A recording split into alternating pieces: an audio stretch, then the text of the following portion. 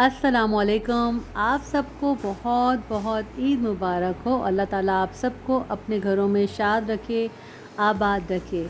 तो जनाब, ईद का दिन सबका कैसा गुज़रा? उम्मीद है बहुत अच्छा गुज़रा होगा। अल्लाह ताला सबको खुश रखे, सबकी मुश्किलें दूर फरमाए। हमारा भी ईद का दिन बहुत अच्छा गुज़रा।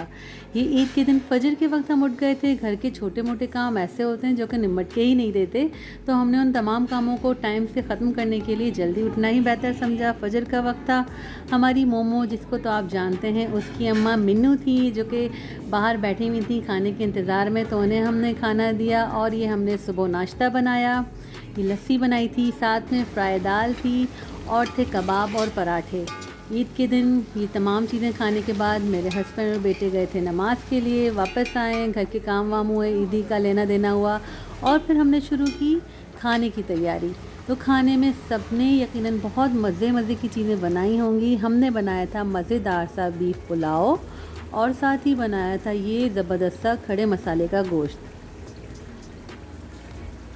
ईद के दिन यूँ तो बहुत सारी चीज़ें बनाई जाती हैं, लेकिन खाने में नहीं आ पाती क्योंकि कंटिन्यूएशन में सब लोग रोज़े रख रहे होते हैं, तो बहुत ज़्यादा खा पी नहीं सकते। तो हमने भी खाने में सिर्फ पुलाव और शामी कबाब खाए थे। किसी ने भी रोटी सालन को छुआ तक नहीं था, तो ये सालन हमारा रखा ही रह गया था। तो जनाब, ये तैयार हो रहा था मज़ेदार सा खड़े मसाले का गोश्त। और ये हमारा जो हमने बनाया था बीफ का पुलाव, ये बस दम की तरफ जा रहा था। इसको हमने तैयार करके दम पे रखा और उसके साथ हमने शुरू कर दिया था शामी कबाब को तलना। शामी कबाब हमने ईद से 2 दिन पहले बना के फ्रीज़ कर लिए थे। साथ ही हमने बनाई थी मीठे में खीर और बनाया था रिवायती शीर खुरमा। शीर खुरमा तो हम फजर में उठ के बना लेते हैं। हाँ, खीर हमने एक दिन पहले, इफ्तार से भी पहले बल्कि, बनने के लिए चढ़ा दी थी, क्योंकि धीमी आंच पे पकी हुई खीर का एक अपना ही मज़ा होता है, बड़ी मज़ेदार सी। आप अभी देखेंगे तो शक्ल देख के अंदाज़ा हो जाएगा कि हमने कितनी मज़े की खीर बनाई थी। अब खैर, हम अपनी तारीफ़ खुद ही कर रहे हैं, अपने मुँह मियाँ मिट्ठू बन रहे हैं, लेकिन यकीन करें घर में सब ने तारीफ़ की थी। हस्बैंड ने बड़ी फरमाइश करके बनाई थी कि शीर खुरमा तो है, लेकिन खीर भी बना लो, तो उन्हें बहुत अच्छी लगी, तो समझें बहुत अच्छी बनी थी।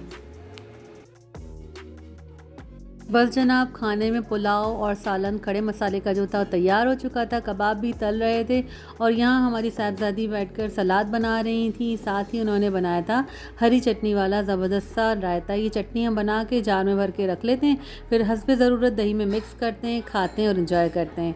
ये हम खा रहे हैं मज़ेदार सा पुलाव और शामी कबाब। पता नहीं क्यों पुलाव का और बिरयानी का किसी तौर मुकाबला नहीं है। हर खाने की अपनी एक अहमियत है, लेकिन पुलाव हो और नमकीन नमकीन सा हो ना, तो बहुत मज़ा आता है। हमें तो बहुत मज़ा आता है। अब देखिए, हमें ऐसा लगता है कि आजकल पुलाव कम लोगों को पसंद आता है। अक्सर ये जो है बिरयानी लाइक करती है, लेकिन पुलाव की जगह हमें नहीं लगता कि कोई और चीज़ ले सकती है। तो जनाब, हमने ये चीज़ें बनाई, इंजॉय की और फिर उसके बाद हम लोग गए थे शाम में किसी के घर। वहाँ पे फिर ये कि खाना खा लिया। छोटी मोटी चीज़ें खाने में आती हैं, तो यूँ इस तरह हमारा रात का खाना तो हो गया स्किप और हमारा ईद का पहला दिन खैर आफियत के साथ गुज़रा।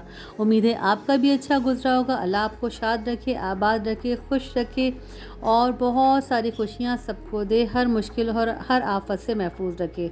अपना ख़याल रखिएगा, मुझे हमेशा अपनी दुआ में याद रखिएगा और हाँ, ऐसी मज़ेदार सी खीर भी बना के ट्राई कीजिएगा।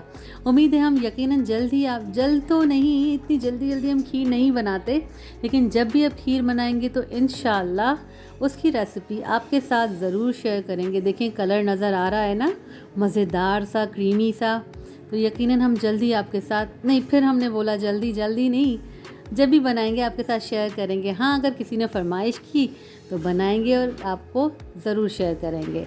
ओके जी, अल्लाह हाफ़िज़।